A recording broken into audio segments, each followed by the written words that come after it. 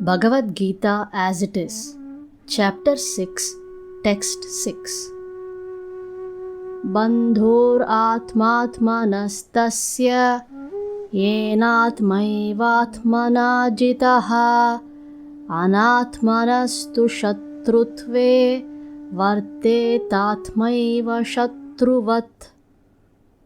Synonyms: Bandhuhu, friend; Atma, mind; Atmanaha, of the living entity; Tasya, of him; Yena, by whom; Atma, mind; Eva, certainly; Atmana, by the living entity; Jitaha, conquered; Anatmanaha, of one who has failed to control the mind; Tu, but; Shatrutve, because of enmity; Varteta, remains; Atma eva, the very mind; Shatruvat, as an enemy.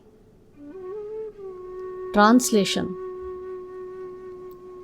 For him who has conquered the mind is the best of friends. But for one who has failed to do so, his very mind will be the greatest enemy. Purport: The purpose of practicing eightfold yoga is to control the mind in order to make it a friend in discharging the human mission. Unless the mind is controlled, the practice of yoga for show is simply a waste of time. One who cannot control his mind lives always with the greatest enemy, and thus his life and its mission are spoiled. The constitutional position of the living entity is to carry out the order of the superior. As long as one's mind remains an unconquered enemy, one has to serve the dictations of lust, anger, avarice, illusion, etc. But when the mind is conquered, one voluntarily agrees to abide by the dictation of the personality of Godhead, who is situated within the heart of everyone as Paramatma. Real yoga practice entails meeting the Paramatma within the heart and then following his dictation. For one who takes to Krishna consciousness directly, perfect surrender to the dictation of the Lord follows automatically. Text 7.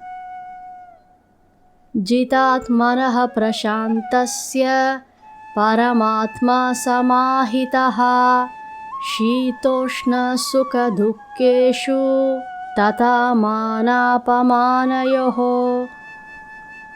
Synonyms: Jita atmanaha, of one who has conquered his mind; Prashantasya, of one who has attained tranquility by such control over the mind; Paramatma, the Supersoul; Samahitaha, approached completely; Shita, cold; Ushna, heat; Sukha, in happiness; Dukkheshu, in distress; Tatha, also; Mana, honor; Apamanayoho, in dishonor. Translation: For one who has conquered the mind, the super soul is already reached, for he has attained tranquility. To such a man, happiness and distress, heat and cold, honor and dishonor are all the same.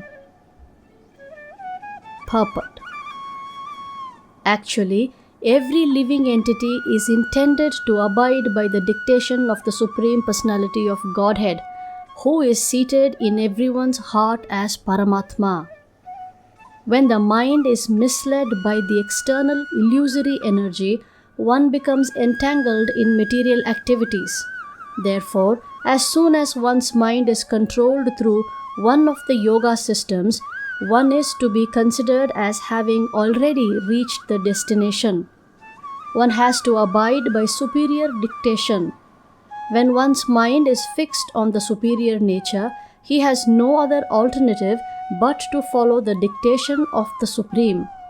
the mind must admit some superior dictation and follow it.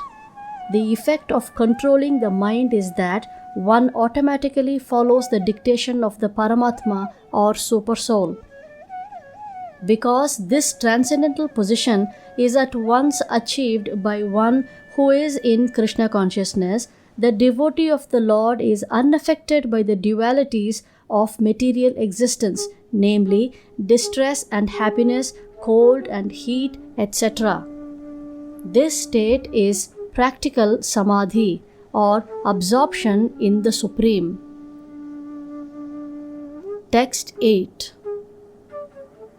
Jnana vijnana triptatma kutasto vijitendriyaha yukta iti uchyate yogi samaloshrashma kanchanaha.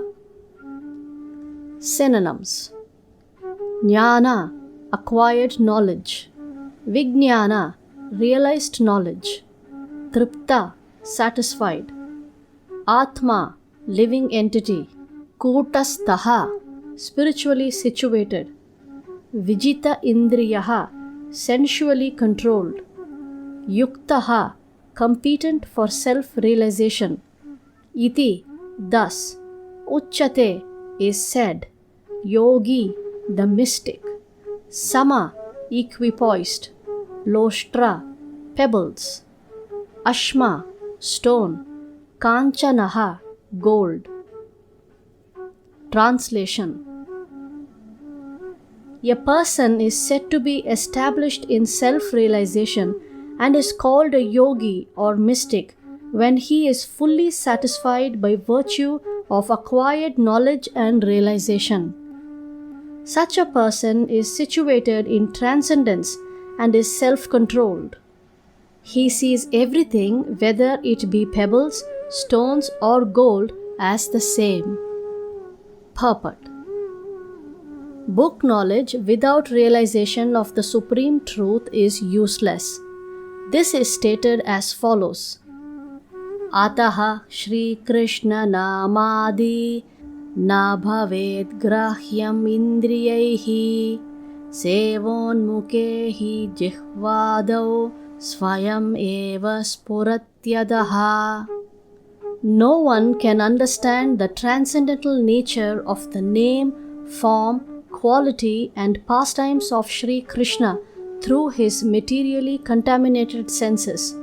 Only when one becomes spiritually saturated by transcendental service to the Lord are the transcendental name, form, quality and pastimes of the Lord revealed to him. Padma Purana. This Bhagavad Gita is the science of Krishna consciousness. No one can become Krishna conscious simply by mundane scholarship. One must be fortunate enough to associate with a person who is in pure consciousness. A Krishna conscious person has realized knowledge by the grace of Krishna because he is satisfied with pure devotional service. By realized knowledge, one becomes perfect. By transcendental knowledge, one can remain steady in his convictions, but by mere academic knowledge, one can be easily deluded and confused by apparent contradictions.